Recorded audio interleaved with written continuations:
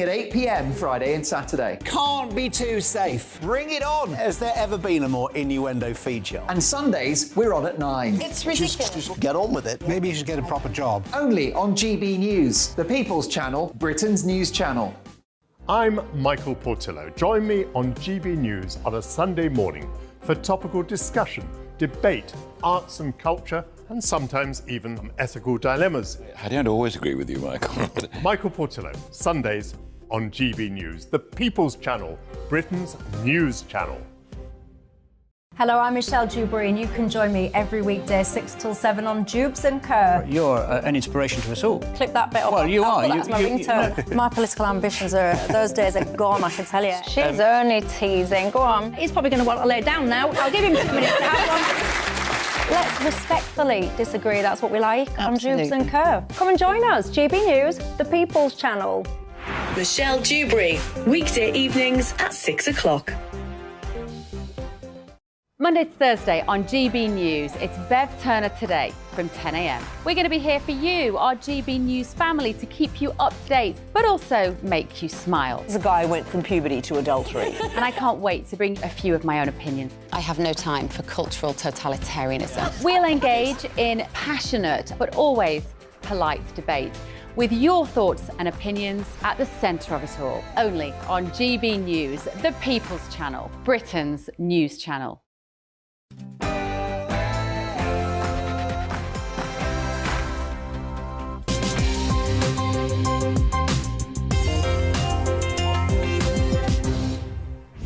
Welcome to Gloria Meets. We've got 3 former cabinet ministers in this evening's show. 1 from the last Labour government, 2 who were sat around that top table just 4 months ago. Both of them open up to me about their mental health. First up, it's Simon Clarke. I see a therapist who, is helping with that, and I think that's a good thing to do. Former Conservative Party chairman, Jake Berry. You suffered with depression at university. You suffered with it again a few years ago. Just as the positive side of that is that it passed both times. Do you think, but it could come back? Well, of course it can do. I don't think it can come back. I think it will come back. He was Health Secretary under the last Labour government, Alan Milburn. Working in residential care or in domiciliary care, looking after often severely frail, elderly or disabled people. And what do we pay them? We pay them the minimum wage. You can get as much working in Tesco's. Oh, come on, guys. I mean, is that serious? All that after your news.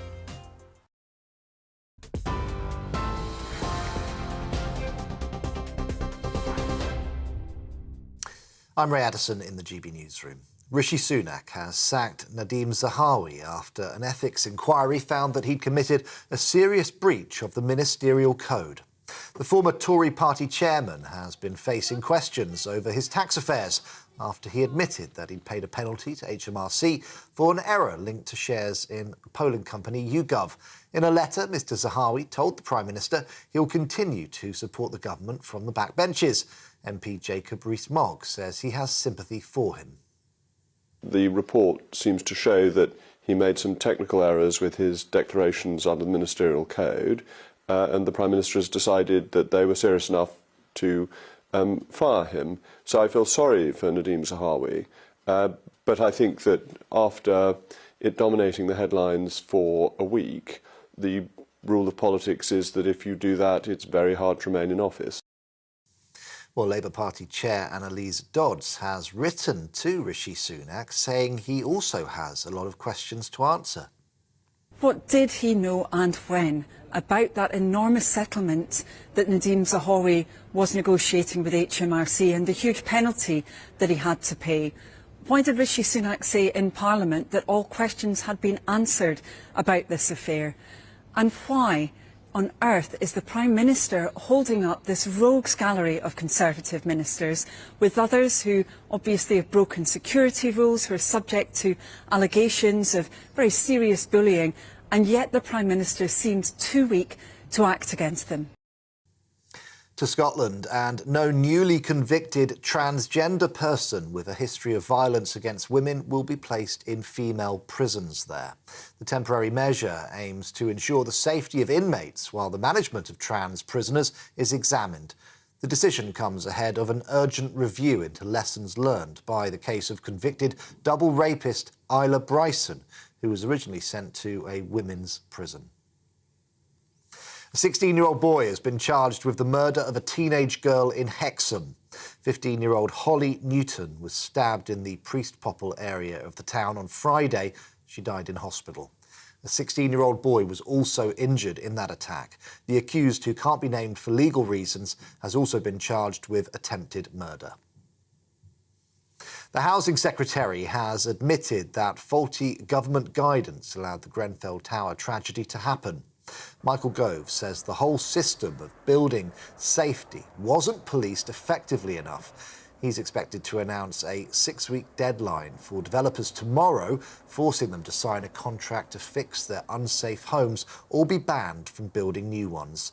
The fire at the residential tower block in West London killed 72 people in 2017. Boris Johnson was reportedly told to stop asking Richard Sharp for advice about his personal financial matters. This was just 2 weeks before he was announced as the new chair of the BBC. According to the Sunday Times, Mr Johnson, who was Prime Minister at the time, was warned to stop discussions in December 2020. Mr Sharp, who is a former banker, is facing calls to resign after it emerged that he'd introduced the former PM to a guarantor for a loan. The government will publish an urgent emergency care plan tomorrow to try to tackle pressures on the NHS. It comes as the Health Department announced plans to build virtual beds, caring for tens of thousands of elderly and vulnerable people in their own homes. The Health Secretary admitted that there was no quick fix, but said shifting care away from hospitals will reduce waiting times. However, Shadow Health Secretary Wes Streeting is accusing the government of sticking plaster politics. It seems we've gone from 40 new hospitals to hospitals at home. I think a lot of people will say, well, how will I be able to be treated in my own home if the government's half the number of district nurses who are essential to provide support in the community? I think this is a government that's run out of steam, run out of ideas, and isn't able to deal with the fundamental problems of the NHS, and so they're resorting to sticking plasters. And Novak Djokovic has won his 10th Australian Open tennis title. Emotions ran high after the Serbian beat Greece's Stefanos Tsitsipas in straight sets, 6-3, 7-6, 7-6. The 35-year-old now holds 22 Grand Slam titles, equalling Rafa Nadal's record, and he's reclaimed his position as world number one. Djokovic returned to the tournament after being denied entry last year for failing to follow Australia's COVID rules. On TV, online and on DAB+ radio, this is GB News. We'll have more at the top of the next hour.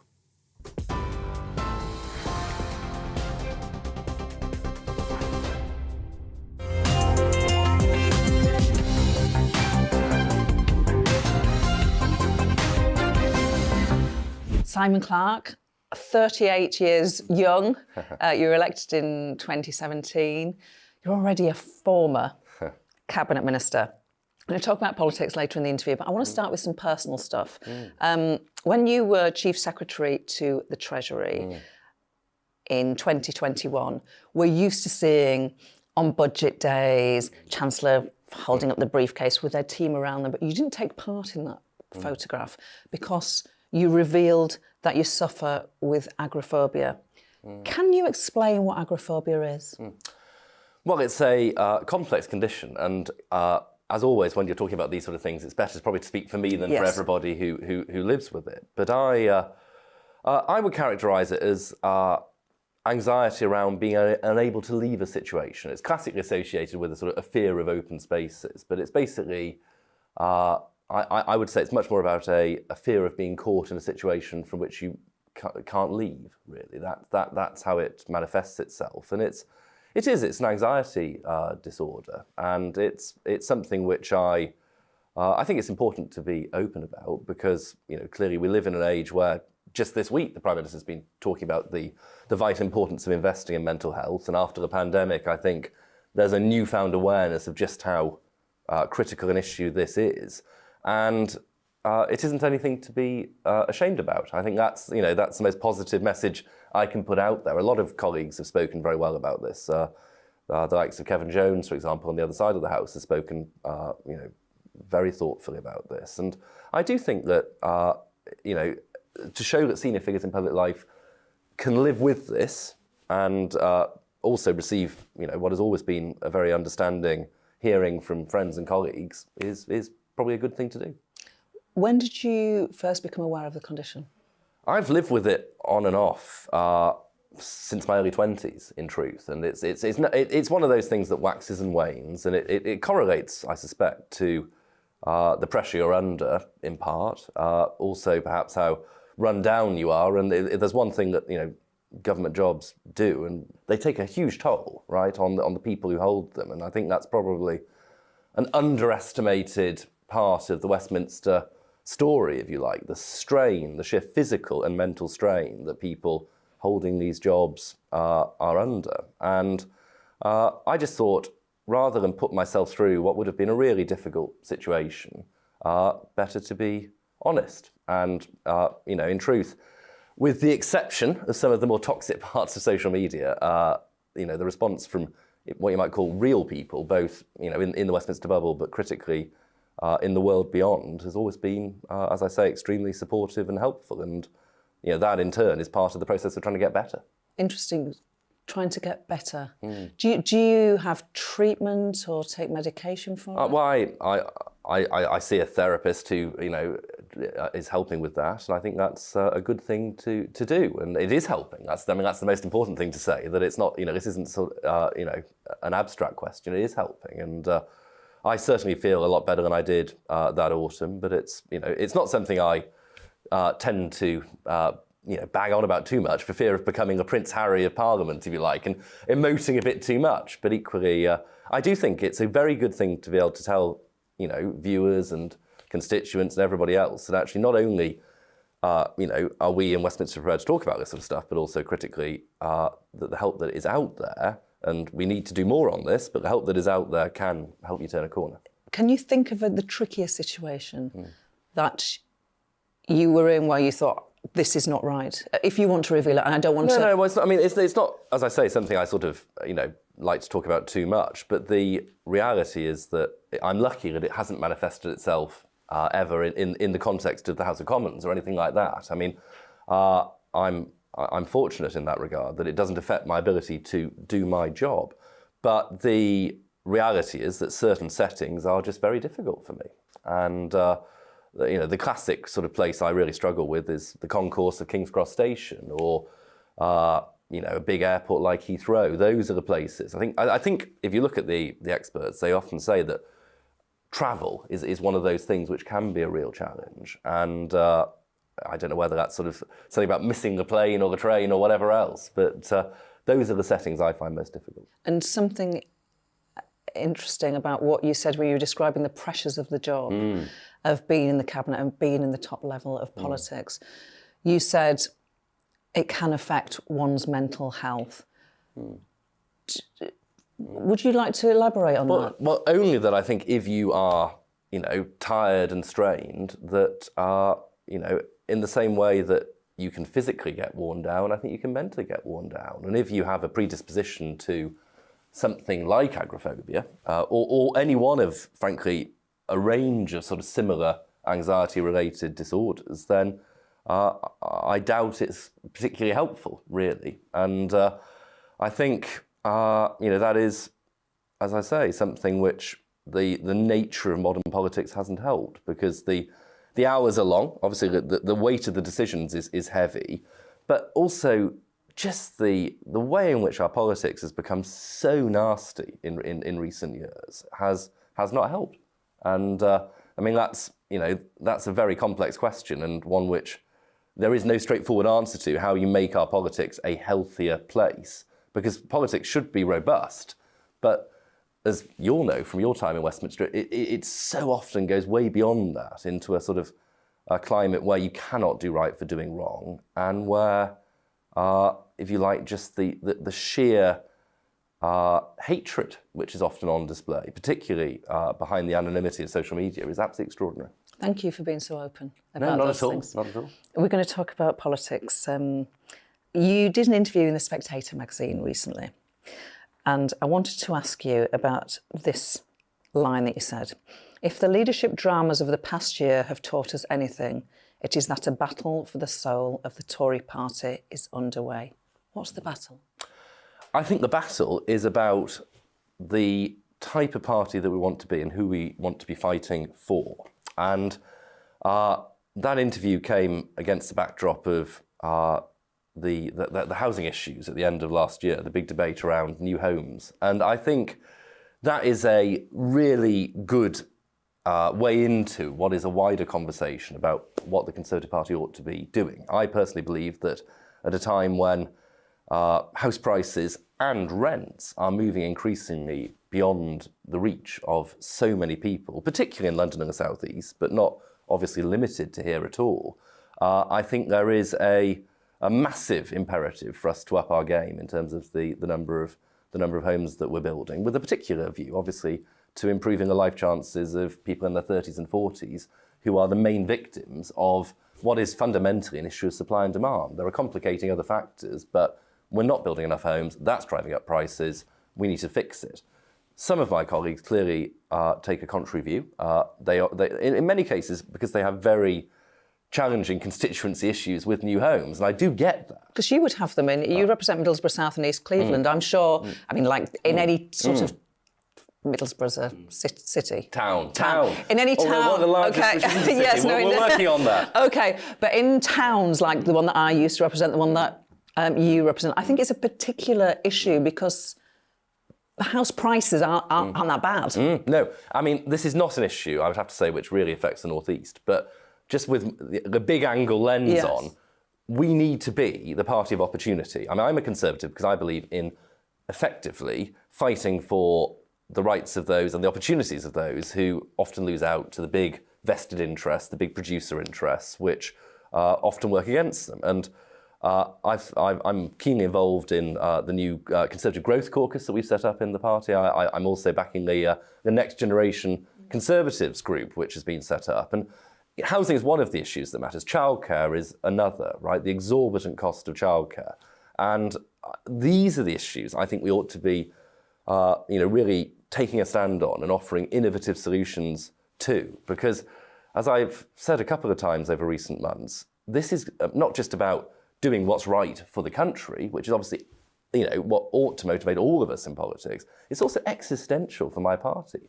If you look at the Conservatives' demographic breakdown, we are absolutely in a dreadful place among the under 40s. And if we're going to rectify that, we have to be talking about the issues that actually matter to people of my age and younger. And homes, childcare, these are the kind of things which, really are the bread and butter of trying to have a conversation with people who are clearly the losers from problems which are, I'm afraid, the result of bad policy. When you knock on doors and you're greeted by somebody in their 20s, perhaps, if they vote at all, because that's the first challenge.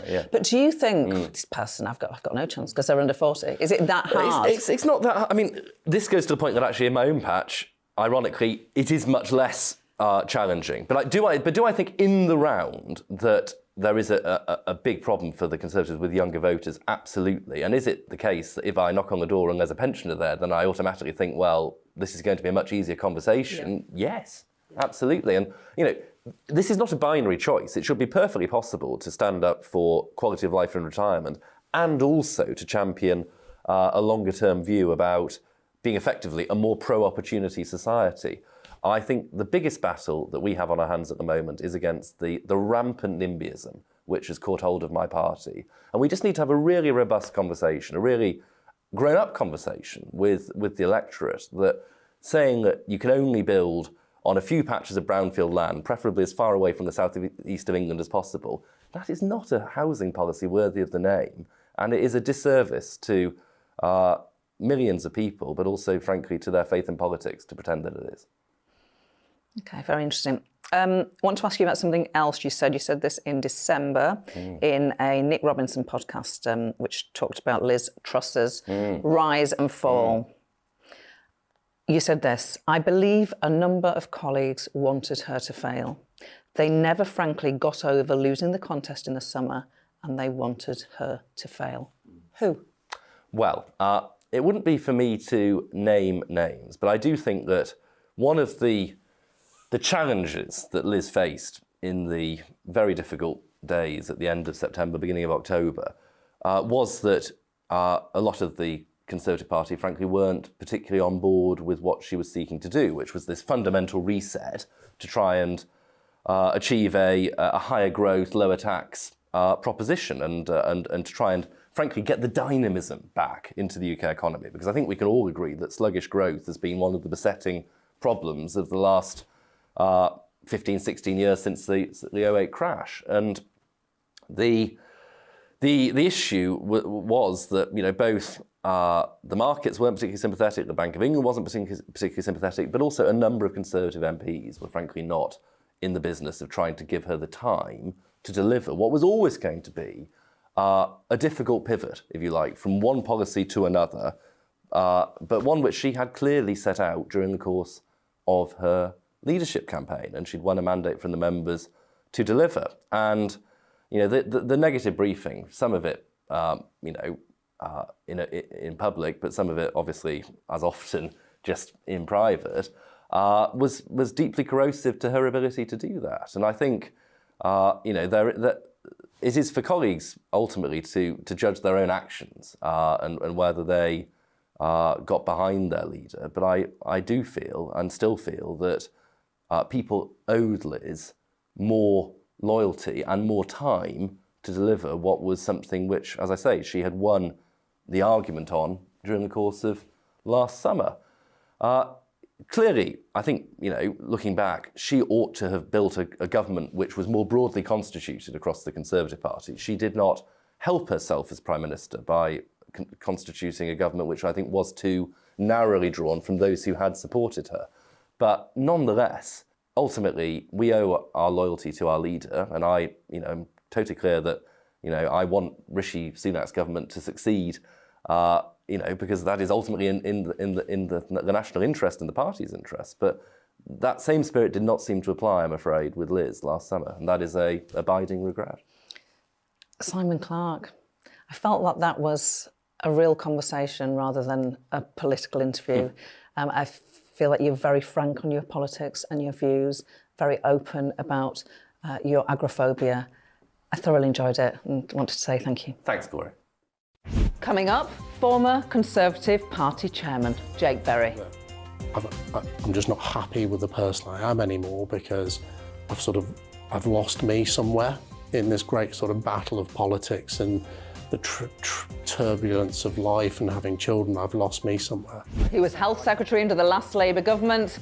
It's Alan Milburn. Honestly, if you've got 7 million people on an NHS waiting list, it's an ideological extravagance to say that you can't use the private sector to treat NHS patients according to NHS principles, where the treatment is for free and no one is paying other than the state and the taxpayer.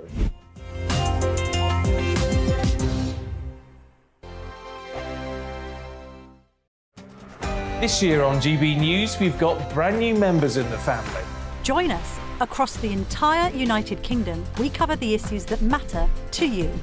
GB News will always stay honest, balanced and fair. We want to hear whatever is on your mind. And we don't talk down to you. The establishment had their chance. Now we're here to represent you. Britain's watching. Come join us on GB News, the People's Channel. Britain's news channel. Monday to Thursday, 9 p.m. till 11 p.m. Join me, Dan Wootton. I'll bring you the sharpest takes and hottest debates. Do you not believe in prison? I don't believe in prisons. I'm completely stunned. I guarantee you there'll be no spin, no bias, no censorship. I actually was personally quite offended by it. And no reason to go to bed. So I guess they've always been quite woke. That's Dan Wootton tonight on TV, radio and online. Monday to Thursday from 9 p.m. till 11 p.m. on GB News. The People's Channel, Britain's news channel. We are GB News, and we'd like to say thank you to each and every one of you for bringing us your conversations, for helping our great nation find its voice. We are here for you on radio, television, and online. across England, Scotland, Wales, and Northern Ireland. It's not the BBC, you actually get your facts right. We are proud to be GB News, the People's Channel, Britain's news channel. I'm Mark White. As GB News Home and Security Editor, I cover those key issues that are so important to you. Our authorities, our communities doing all they can to combat violent crime. With the public services under unbearable strain, why are we still failing to control our borders? Defence, the first priority of any government, has been continually hollowed out. Can we trust our politicians to protect the armed forces? Join me, Mark White, on GB News.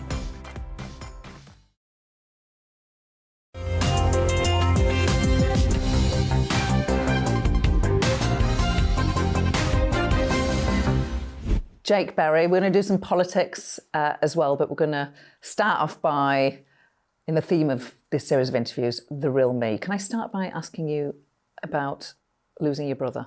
Well, it was a tragedy. He was 47 years old when he died, and the real tragedy for me and our family and his children is that it was all just completely avoidable. He came to stay with me at home in Lancashire, and I noticed, because he kept waking me up actually, that he kept getting up and having a pee in the middle of the night. And I sort of said, what's the matter with you, Max? Why? You're 47, not 87. Why do you keep, or 45 as he was then, why do you keep? And he said, I've just got this real problem that I need to keep going to pee. And I said to Mia, you really, really should go and see the doctor about that. That's not normal. And he did go and see his GP, and they misdiagnosed, sadly, what they call prostatitis. And he had course after course of antibiotics. And when he'd been at this, because he didn't live near to me, but when he'd been at it for a few months, I said to him, I think you might have prostate cancer. Go and get your PSA checked, because working in Parliament, as you know, we have the annual sort of focus on prostate cancer and prostate cancer awareness. And he was very, very reluctant to do that. And sadly, when he did get round to doing it, and it's a really important message for men actually, when he did get round to doing it, the cancer he had, which had started out as very minor, but aggressive, had spread to his lungs, and he also had bone cancer as well. And then it stopped being a conversation about, let's get the prostate cancer and cure it, which you can effectively almost do now if you get it early, to how we can extend your life. And what's so tragic is I remember talking to him repeatedly, and his ambition for extending his life sort of went from, I'd like to be here for my daughter's 18th birthday to I'd like to be here to see her get her GCSE results, or I'd like to see her 14th birthday, and it just kept coming back and back. And he died relatively quickly, and it just felt completely unnecessary. I was a minister at the time in Levelling Up, and I remember my phone ringing and him saying, this is the last time you'll ever speak to me, because I'm in hospital in Birmingham and the doctors have said that I'm going to die in the next 2 hours. And so I just walked straight out, got in my car, picked my sister up, who works in London, and my wife, and drove to see him in the hospital. And he was alive when we got there. So we got him home, and then I sort of cared for him that evening and into the next day. And that time that we spent together is just so precious to me. I remember as we were driving home, I said, look, what do you want? And he said, get me a bottle of Jameson's whiskey and a packet of cigarettes. And he'd given up smoking years ago. And late that first night, he sort of said, right, I'd like to have a cigarette, and I think I'll have a glass of whiskey. And he turned around to his wife and said, yeah, can I have it in one of those crystal glasses we've got? And she said, well, they're for best. And he said, this will be the last glass of whiskey I ever have. I'm dying. And you just say these inappropriate things that you can look back and laugh at. And the real thing for me was, so he couldn't walk, so I pushed him outside, and he sat there, and he couldn't even drink the whiskey, but he sat there and smoked a cigarette. And I had a conversation with him, and I said, the question I was desperate to ask him, I said, are you scared? And he said, no, I'm not. He said, absolutely not. But at the same time, there's that great disappointment. You can't help but thinking if he'd got that early diagnosis, it would have been a different story. And I'd say to, anyone watching this tonight, if basically, bluntly, if you're a bloke and you get sort of problems with your waterworks or anything like that, is just go and see a GP. You've given that message really, really powerfully. Thank you. Obviously sorry that you had to give that message. Obviously, this had an effect on you. I read an interview in which you said, I finally admitted to my wife I was struggling with dark thoughts and anxiety. Can you describe the nature of the dark thoughts? When I was at university, I did have a period of time where I struggled quite badly with depression, and that I'd sort of got that sorted when I was in my early 20s, and had always been fine with it. But I had a succession of challenges. I stopped being my brother died, and then shortly thereafter, I gave up the job I loved, which was Northern Powerhouse Minister, and then my mother died very shortly after that. And I think the culmination of those events sort of made it really hard just to cope with the day-to-day.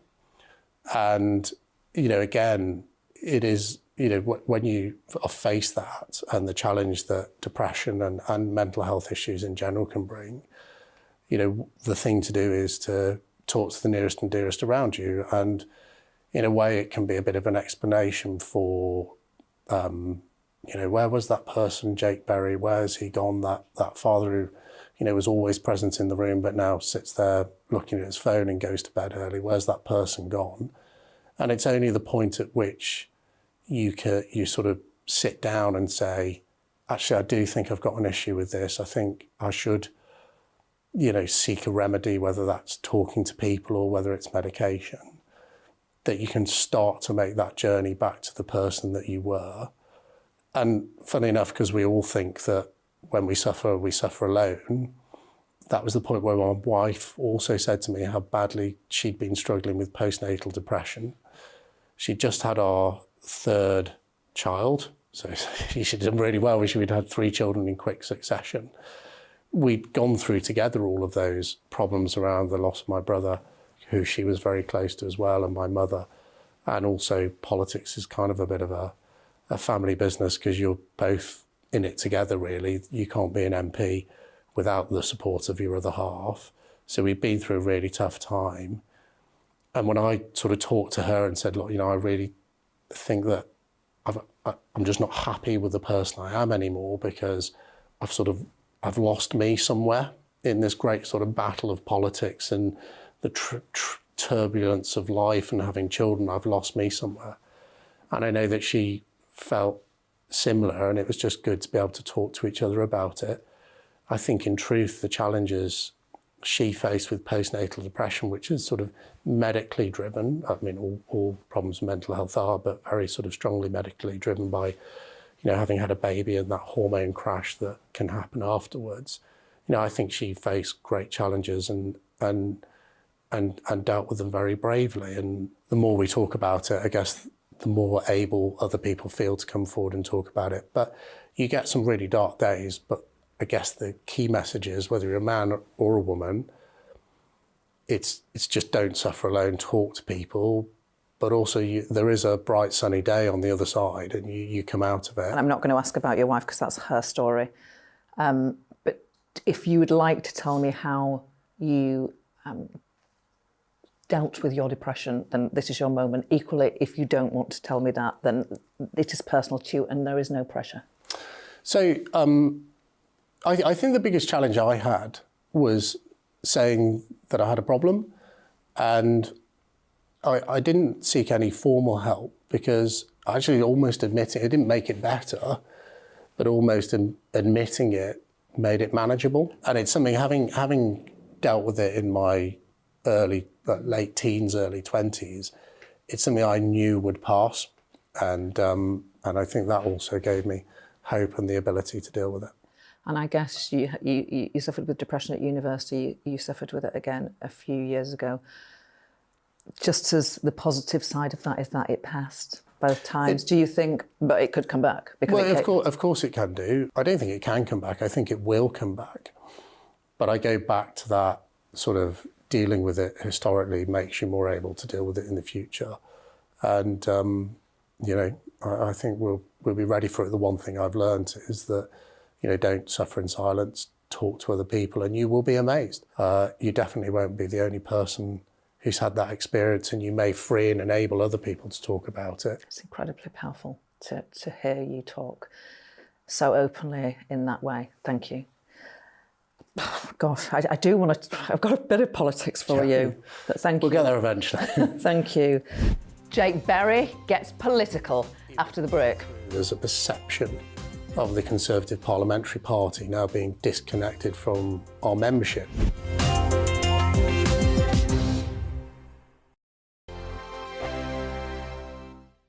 He's the king of breakfast TV, and he's back. Eamon Holmes, back on the TV Surprised with me this morning. Even remember my name. I know, it's been 4 months. You have holy water by your bed? Oh, yes. Oh, already to bless. Yeah. Oh, Eamon.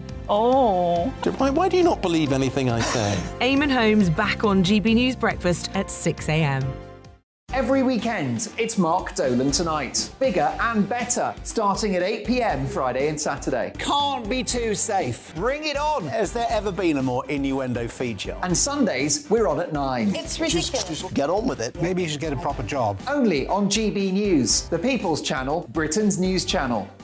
I'm Michael Portillo. Join me on GB News on a Sunday morning for topical discussion, debate, arts and culture, and sometimes even ethical dilemmas. I don't always agree with you, Michael.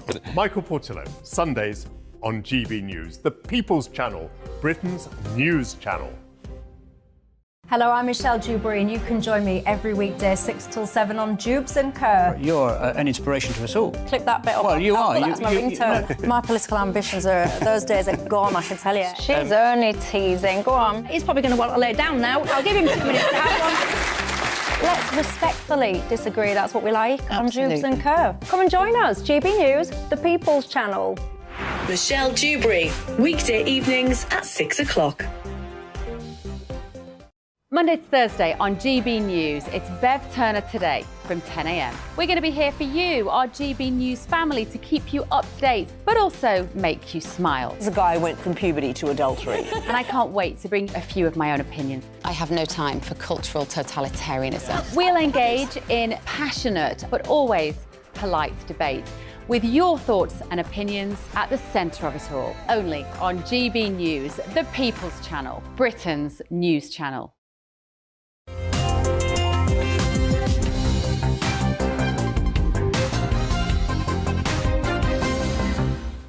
You have been subject to awful harassment by a constituent. You also, you told me before we came on air, have suffered from a stalker too. Just tell us a little bit about those cases. It sounds frightening. Was it frightening? The issue he came to see me about, I got him tens of thousands of pounds worth of compensation. And I thought, you know, I would almost be a hero to this guy. You know, I went to see my MP. My MP did his job of helping me as a constituent. And that rapidly escalated into quite a sustained campaign of threats of violence and intimidation. I remember one day going to the Costa Coffee at a local retail park in my constituency, and he came over to speak to me and said, you know what, why won't you respond to my emails anymore? And I said to him, I was with a couple of my kids and my wife, and I said, you know, well, I'll do a deal with you. You stop threatening to kill me and I'll start responding to your emails. And he said, well, they're not those type of death threats. I said, well, how many times are there? You're going to threaten to kill me or you don't? I also had another stalker who sort of bizarrely checked into a hotel in my constituency. A woman? It was a lady, who claimed to work for me. And the first I knew about it was New Year's Day. And the hotel phoned me up and said, we have this lady staying here, you need to come and pay her hotel bill. And I said, well, I really have no idea what you're talking about. I don't know who this is. I don't have anyone working for me with that name. And they'd been staying there for, I think, half a dozen nights and I'd run up this huge hotel bill. And I said to the manager, well, you know, what should I do about this bill? I said, well, I suggest you do what I'm going to do. I'm going to phone the police. And that individual, who was from the northeast of England, who travelled down to Lancashire, then had a sort of fixation, claimed that she was having my baby, claimed that we were getting married, did a YouTube channel about maternity and wedding wear, came to our lane to our house, was sort of at the end of the lane with a suitcase waiting to run away with me or whatever she had in her mind. You're speaking so openly. It's hard to move on a genuine, straightforward political question, but under Liz Truss's premiership, brief premiership, you are party chairman. You're right at the centre of it. You're there right until the end when you leave, when she leaves office. Can you tell me anything about those last few days? Yeah, so party chairman is a very, very personal appointment for the Prime Minister. You normally come in and out with them. You know, sometimes they change them halfway through the premiership, but it's a very tight relationship. If you're going to be Prime Minister of this country, the three crucial jobs are your chairman, your PPS, which is sort of your Prime Minister's assistant who talks the backbenchers for you, and your chief whip. And that really is the group who are very close and tight with the Prime Minister. Right, and I went to see her on that Sunday morning and sort of really set out to her that I thought, you know, following the mini budget, and we had real problems with colleagues, and part of my job is to be that truth teller, if you like, to go in and say, you know, no matter how many people are stood around you saying it'll be all right, or, you know, we can get through this unless things change, then you won't. When she asked me to effectively stand up a war room, if you like, in number 10, starting on the Monday morning. So we stood up that war room, and effectively all decisions that were made came through that group, which was me, the Prime Minister, the Chief Whip and the Deputy Prime Minister. And I can recall before the Prime Minister's questions on that Wednesday, there was a big debate about whether we would honour the triple lock to pensioners. And there was a lot of pushback from the Treasury, not wanting to make the commitment. I actually think the commitment always would have been made, but it was a timing thing. And, you know, not to do the triple lock and not to uprate benefits by inflation would have taken legislation through the House of Commons. And I said to the people in the Treasury, I said, you know, you all work in the Treasury, but trust me, you need to learn how to count. There is no majority in Parliament to not uprate pensioner benefits, pensions, and you know, other, you know, disability benefits and out of work benefits. And that decision was made, and then the Prime Minister, Liz Truss, announced at Prime Minister's questions that was going to take place. So it was a fascinating moment to be able to sort of pull all the strings of government to try and point it in the direction of, you know, the government continuing in a real privilege. On the next day, the Prime Minister did resign, but before that happened, which I just found extraordinary, I was actually speaking to the local government association in central London. I was pulled away from that to go into the Treasury. And I arrived at the Treasury to talk to Jeremy Hunt, who economically and quite rightly was concerned about the instability for the economy, about losing a Prime Minister and how that Prime Minister would and could be replaced. What I found just extraordinary, and maybe I should have expected it, is when I arrived at the meeting to talk to him, there were two most senior civil servants in the Treasury who spent 15 minutes sort of talking to me about why there could be no long protracted leadership election in the Conservative Party. And they asked me at the end of it, you know, well, do you agree? And I said, well, I hope you don't mind me saying I don't really think it's any of your business about how political parties, as civil servants, I don't think it's any of your business about how political parties choose their leader. That's a matter for political parties.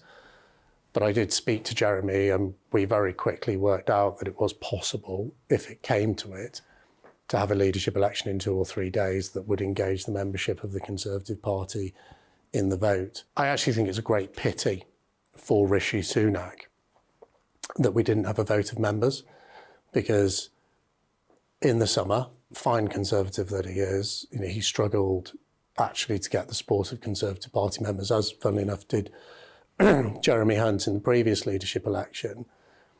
And I think even though he absolutely got the majority of members of Parliament, the Conservative members of Parliament, and I support him as Prime Minister and everything he does, there is a challenge he has, is even if it's not true, there's a perception of the Conservative Parliamentary Party now being disconnected from our membership because we didn't have that, even if it was a sort of endorsement vote for Rishi, which I'm sure, if he'd have asked Conservative members to endorse him, he would have won it well. And I do think if you look at some of the political manoeuvrings that are going on with the Cruddas and Priti Patel movement for members and some of the other things that are sort of the wider sort of anger and disengagement amongst the Conservative membership about having been denied that vote, I think, it would have been better for all concerned, actually, if even an endorsement vote had taken place. That was a remarkable interview. Thank you for giving us those political insights at the end. But the powerful messages on prostate cancer and depression, they are the standout for me. Are we done? I've only just started. What about the Northern Powers Minister? Do you know, we might need to do a part 2, Jake Berry, because I could have... Part 2. Jake Berry, thank you. Coming up, he was Health Secretary in the last Labour government, Alan Milburn. I remember that general election campaign in 1997, and although the opinion polls were saying Labour was going to have a landslide, not one of us believed it.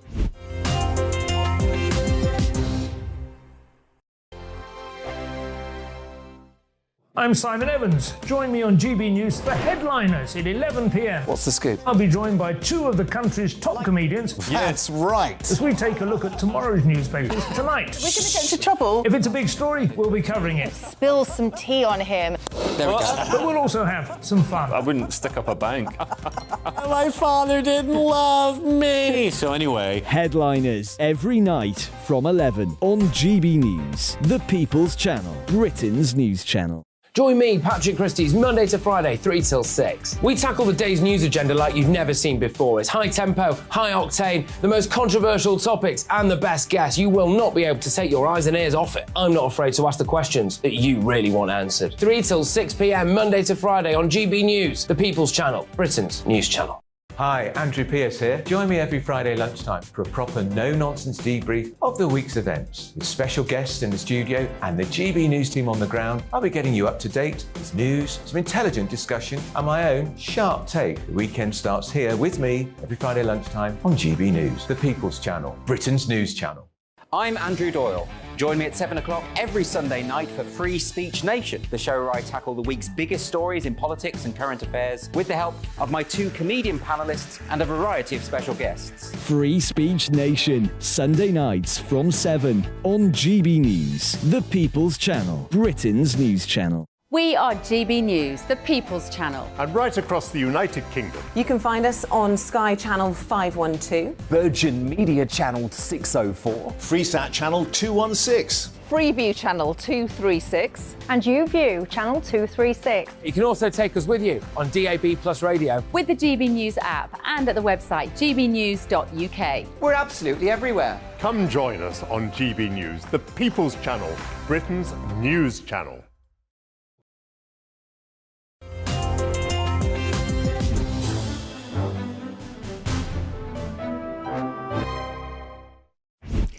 Alan Milburn, you were elected as an MP, Labour MP, in 1992. You had big cabinet jobs. The big cabinet job I'm really interested in, because I think it's relevant to the issues we face today, is when you were Health Secretary. You were Health Secretary for 4 years. So I want to explore how we might deal with the issues in the NHS today. What was the most surprising thing, shocking thing, surprising thing, unexpected thing you learnt when you were effectively in charge of our National Health Service? That you can't run it from an office in Whitehall. So people think you will and think you should be able to, but it's just too big. You know, it employed in those days well over 1 million people. It now employs 1.5 million people. And that's before you take into account social care, okay? So it's enormous. So what you've got to do in a job like that is you've basically got to almost establish what the framework is, what the overall policy environment is, but then you've got to trust the people who are actually delivering the care, whether they're doctors and nurses or managers, to be able to get on with it. And a lot of the changes that I made during the time were about saying to those guys, actually, I'm going to trust you to do the job. I'm going to give you the resources. I'm going to give you a whole bunch of reforms that can help you. But in the end, it's your responsibility to deliver improved care for patients. So that was the thing. What you were fighting was, and it's a bit like now, in a sense, the biggest problem back then was how long people were waiting for treatment. Okay? So people were waiting. A friend of mine, right, a guy who worked as a photographer on my local newspaper in Darlington, the Northern Echo, a guy called Ian Weir, he's in his late 30s, he died waiting for a heart operation.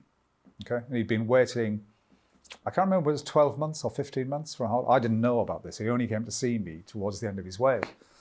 And I couldn't really do anything by then. And so that was happening regularly. People were dying, waiting for pretty serious operations, well over 18 months. And we eventually got it down to a maximum of 18 weeks. It took several years to get there and a lot of money and a lot of change, but we got there. And I was determined that people like Ian and his family, he had young kids, that was wrong and that people weren't going to suffer in that way. So there is a live debate that is going on about how we improve the NHS, how we get those waiting times down. Sajid Javid, a former Health Secretary, Conservative, said recently, patients should be charged for GP appointments. The present model of the NHS is unsustainable. He suggested a figure of £20. Now, he said that wouldn't apply to those on low incomes. Do you have any truck with that argument? Absolutely not. I mean, it's a total fallacy. I mean, it isn't going to make a blind bit of difference. Even if every top-rate taxpayer in the country paid 20 quid every time they went to a GP, presuming that they're going to an NHS GP and not a private one, of course, because many of them will, it won't make a blind bit of difference. It'll be pennies, a drop in the ocean. What is required is you need a long-term plan for investment, because there's been too much short-termism, thinking about what's going to happen tomorrow, or what do we need to do by next week. The truth is, doctors and nurses don't grow on trees, and you can't build new hospitals like that. You've got to have a long-term plan for investment. If I were doing the job now, what I would be saying to the Treasury is, I need a 5-year deal so that I've got visibility about how much money the NHS is going to have over a period of time to be able to invest in the right way, particularly to grow resources outside of the hospital, rather than just in hospitals.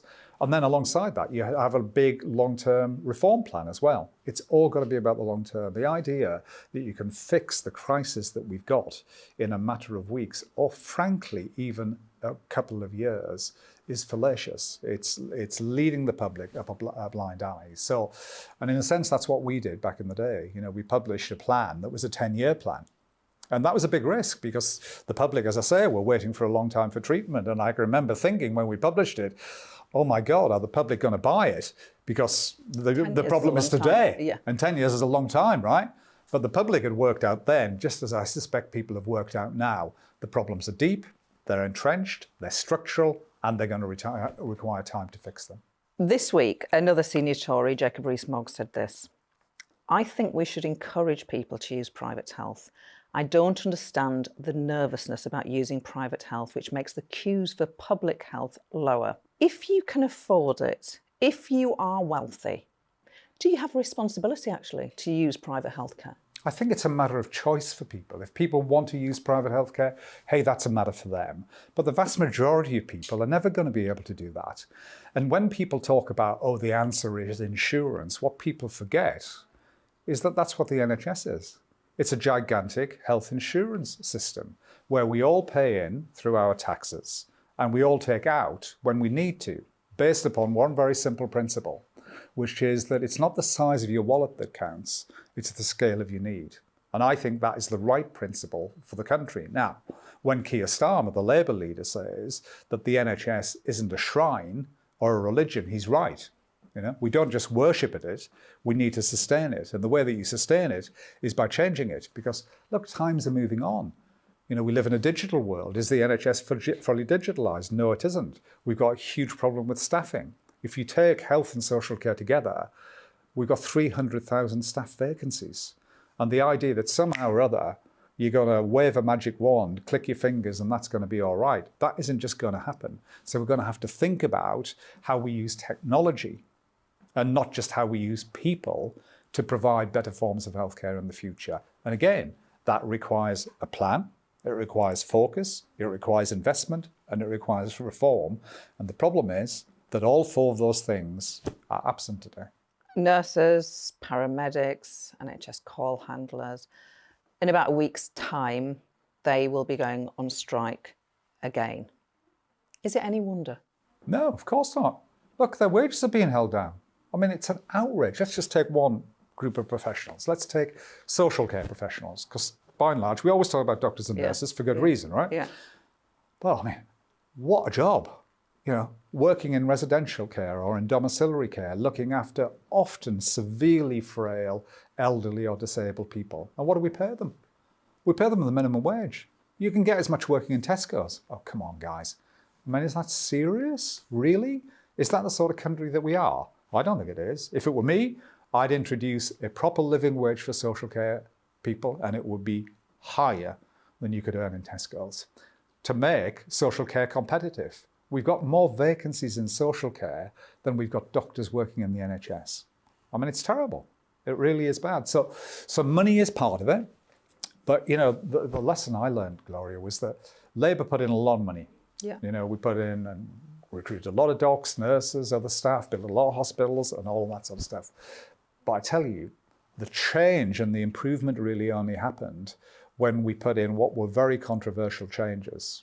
You know, relationship with the private sector, more competition, more choice for patients, greater transparency, the idea that you paid the hospitals who were doing more money.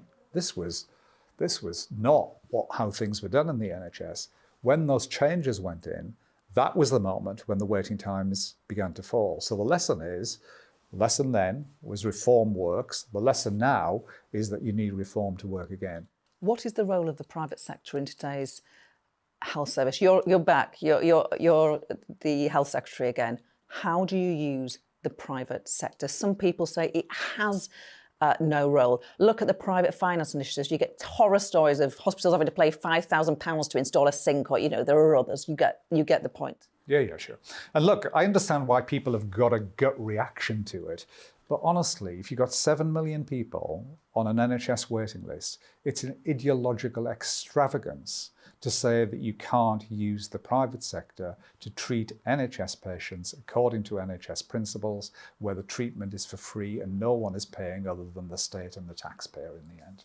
So I think what we should do very pragmatically, if it was me today, I'd get all the private sector hospital guys in the room with me, in the Department of Health, and I'd ask them a very simple question. What's the capacity that you've got that is spare, that isn't being used for your private pay patients? They'd tell me the answer, and I'd offer to buy it. And I'd buy it in order to be able to treat NHS patients for free. Now, the truth is, people sometimes put it up as the solution. The private sector in this country is small, it's tiny. 92% of the care that is provided is the NHS, but around 8%. So can make a contribution is the private sector. So why wouldn't you use it? Be pragmatic about it, it's sensible. Okay, I think that some people who may have voted Labour in the past or who are sceptical about Labour might have heard these three things in this interview. You've talked about investment a lot. You've talked about NHS workers deserving a pay rise. You've talked about using the private sector. That's also expensive. Isn't the danger is that people say, oh, it's Labour and their magic money tree again. There is no money. Yes, and there is no money. So it is going to be challenging next time round. It really is. But look, there's not a healthcare system in the world, largely because of changes in demography. You know, people, thankfully, you know, I'm 65 soon, so I feel it. I feel it, right? People are living longer, and it's a great thing, but it costs more. And so every healthcare system in the world is having to spend more. Now, the question is how you spend it and how much you need. And that's why I say you need to work that out over a period of time and not just click your fingers and say, we're going to do a settlement for 1 year or 2 years. It needs a 5-year settlement, in my view. And then there are some things that you can do that massively will save money. So I'll give you an example. So during the pandemic, because the hospitals were full of patients with COVID, they created what they call virtual wards, where you use technology in order to be able to monitor people who are at some risk, but are probably safe enough to be monitored at home rather than occupying a hospital bed. And it's much cheaper to do that. we should be doing that at scale. You know, we know the figures, look, I've seen them for 25 years and it never changes. 1 in 4 patients who are in hospital today should never ever be near a hospital bed. Why? Because if we intervene early enough, then we can prevent them ever getting there. So the focus of these reforms that I talk about should all be about how do we keep patients healthy and out of hospital, rather than simply assuming that everybody's going to go into hospital, and indeed that the bulk of the money is going to go to the hospital. So we massively need to build up primary care. But here's the problem. Since 2015, there are 7% fewer GPs. We need more of them. We need to get the priorities right. And it's all really about how do we prevent people getting ill, rather than simply treating them when they are. Final question. I'm going to talk about the Labour Party. So you get elected in 1992. It's 2 years before Tony Blair becomes leader of the Labour Party. The Tories are having a terrible time. The mood is just massively favouring that Labour landslide that then came to happen in 1997. Does this feel like the same territory to you? No, it doesn't. But by the way, I remember that general election campaign in 1997, and although the opinion polls were saying Labour was going to have a landslide, not one of us believed it. So there was no sense of complacency. We were running through the finishing line, you know? We weren't ambling towards it, taking it for granted. So when Keir Starmer says exactly that, we shouldn't be complacent, opinion polls count for nothing. I mean, they really count for nothing. What really counts, there's only one opinion poll that counts, and that's at the general election. And the truth is, Rishi Sunak, as the Prime Minister, is going to call that election as late as possible. Why is he going to do that? Because he's 20 points behind in the opinion polls. So he needs all the time he can get in order to try to claw that lead back and, at a minimum, try to prevent Labour from getting an overall majority. So I think, look, it's game on still. The big change that's happened in the last year or so, and all credit to Keir for this, is Labour's back on the pitch. In the Corbyn years, it was on a different pitch, but wasn't a pitch that the public had any resonance with. I think that's what's changed. Alan Milburn, thanks for reflecting and bringing to bear your experience of being Health Secretary and your thoughts on the likelihood of that next Labour government. Thank you very much. Thanks for watching. You won't get interviews like this with politicians anywhere else on British television. Join me again next Sunday at 6.